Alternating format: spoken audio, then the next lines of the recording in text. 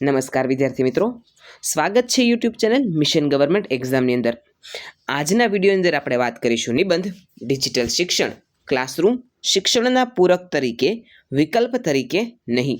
શરૂ કરીએ આજનો વિડીયો। અક્ષર જ્ઞાનની સાથે જ્યાં સંસ્કારોનું સિંચન થાય એવા શાળાના આંગણે જ સાચું જીવન ઘડતર થાય।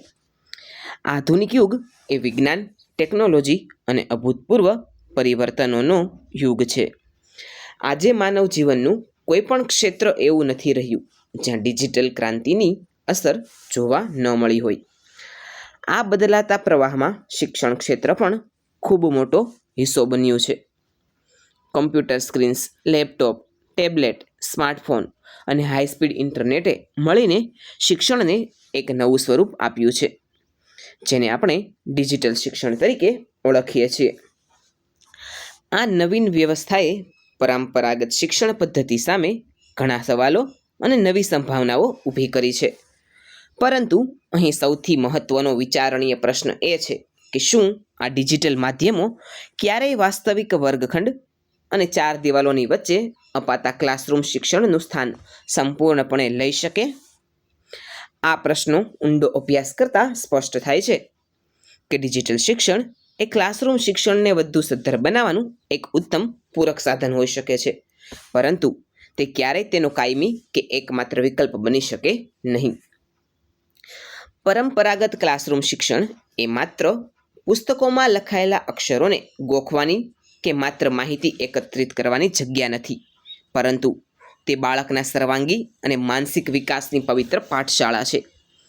જ્યારે કોઈ બાળક શાળાના વાતાવરણમાં પ્રવેશે છે અને વર્ગખંડમાં પોતાની સાથે મિત્રો સાથે બેસે છે, ત્યારે તે સામાજિક જીવનના પ્રથમ પાઠ શીખે છે। ક્લાસરૂમમાં વિતાવેલો સમય બાળકોને પરસ્પર સહકાર, ભાઈચારો, શિસ્ત, સહનશીલતા, વહેંચીને ખાવાની ભાવના અને ટીમવર્ક જેવા અમૂલ્ય માનવીય ગુણો શીખવે છે। ગુરુ અને શિષ્ય વચ્ચેનો જે પ્રત્યક્ષ અને જીવંત સંવાદ વર્ગખંડમાં થાય છે, તેની તોલે દુનિયાની કોઈ પણ અત્યાધુનિક ટેકનોલોજી આવી શકે નહીં। શિક્ષકની આંખોમાં રહેલો વહાલભર્યો આવકાર અથવા તો વિદ્યાર્થીને સુધારવા માટેનો મીઠો ઠપકો બાળકના હૃદયને સ્પર્શે છે અને તેના ચરિત્રનું નિર્માણ કરે છે। આ જીવંત સંવેદનાઓ અને લાગણીઓ ક્યારેય ચળકતી ડિજિટલ સ્ક્રીનની પાછળ કે બંધ ઓરડામાં એકલા બેસીને ઓનલાઈન ક્લાસ લેવાથી મેળવી શકાતી નથી। વર્ગખંડમાં થતી પ્રત્યક્ષ ચર્ચાઓ અને પ્રશ્નોત્તરી વિદ્યાર્થીઓમાં તાર્કિક વિચારસરણી અને વૈચારિક સ્પષ્ટતા લાવે છે, જે તેમના આત્મવિશ્વાસને ખૂબ ઊંચાઈ પર લઈ જાય છે। પુસ્તક અને સ્ક્રીન તો માત્ર માહિતીના ભંડાર છે, પણ શિક્ષકનો જીવંત ચહેરો જ જ્ઞાનનો અસલી આધાર છે। બીજી બાજુ આપણે વર્તમાન સમયમાં ડિજિટલ શિક્ષણની તાકાત, તેની સુવિધા અને તેની અનિવાર્ય ઉપયોગિતાને પણ બિલકુલ નકારી શકીએ નહીં। ડિજિટલ શિક્ષણ એ જ્ઞાનનો એક એવો અખૂટ અને અફાટ ભંડાર છે, જેણે ભૌગોલિક સીમાઓના તમામ બંધનોને તોડી નાખ્યા છે।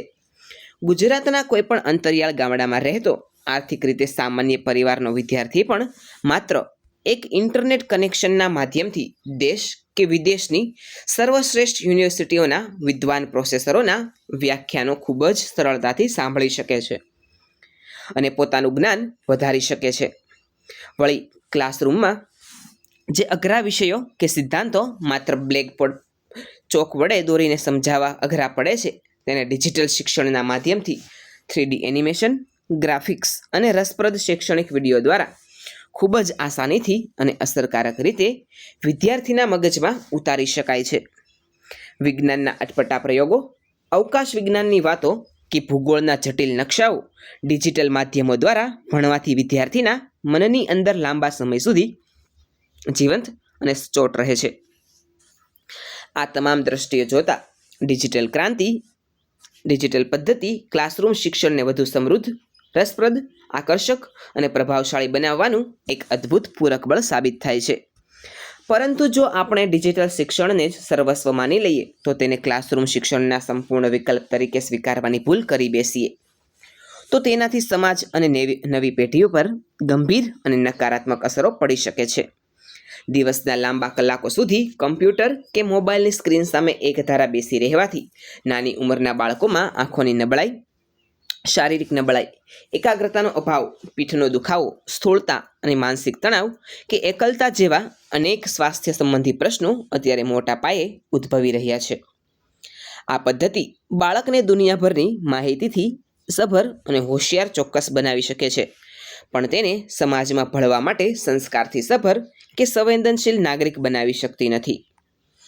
ડિજિટલ માધ્યમોમાં ભણતો વિદ્યાર્થી ઘણીવાર માત્ર એક મશીન બનીને રહી જાય છે, જે સામાજિક સંબંધોના મૂલ્યો અને સંવેદનાઓથી સાવ વંચિત થઈ જાય છે. તેથી જ આજના બદલાતા સમયની સાચી અને મજબૂત માંગ એ છે કે આપણે બંને શિક્ષણ પદ્ધતિઓનો બહુ જ સુંદર સંતુલિત સમન્વય કરીને, જેને આધુનિક ભાષામાં બ્લેન્ડેડ લર્નિંગ અથવા મિશ્ર શિક્ષણ પદ્ધતિ કહેવામાં આવે છે. મુખ્ય વર્ગખંડની અંદર શિક્ષક પોતે વિદ્યાર્થીઓને પાયાના સિદ્ધાંતો, નૈતિક મૂલ્યો, સંસ્કારો અને જીવન જીવવાની કળા પ્રત્યક્ષ રીતે શીખવે અને ત્યારબાદ વિદ્યાર્થીઓ પોતાના ઘેર જઈને પોતાની શંકાઓના નિવારણ માટે, પ્રોજેક્ટ વર્ક માટે તેમજ વધુ ઊંડાણપૂર્વકના સંશોધનાત્મક અભ્યાસ માટે ગૂગલ કે અન્ય ડિજિટલ સાધનો અને એપ્લિકેશન્સની ખુલ્લા મને મદદ લે. જ્યારે આ બંને પ્રણાલીઓ હરીફ બનવાને બદલે એકબીજાના પૂરક બનીને હાથ મિલાવીને કામ કરશે, ત્યારે જ દેશનું શિક્ષણ સાચા અર્થમાં સાર્થક, સર્વગ્રાહી, ગતિશીલ બનશે.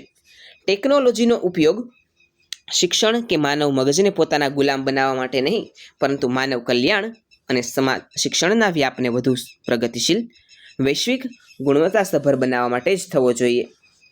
વર્ગખંડ એ જ્ઞાન મેળવવાનું પવિત્ર મંદિર છે અને ટેકનોલોજી એ મંદિરનો રસ્તો સરળ કરતું સાધન છે. વિદ્યાર્થી મિત્રો, આજનો વિડીયો આપને કેવો લાગ્યો છે તે નીચે કોમેન્ટ સેક્શનમાં જરૂરથી જણાવજો. આવા જ એક અન્ય નવા વિડીયો સાથે આવતીકાલે ફરીથી મળીશું. Thanks for watching.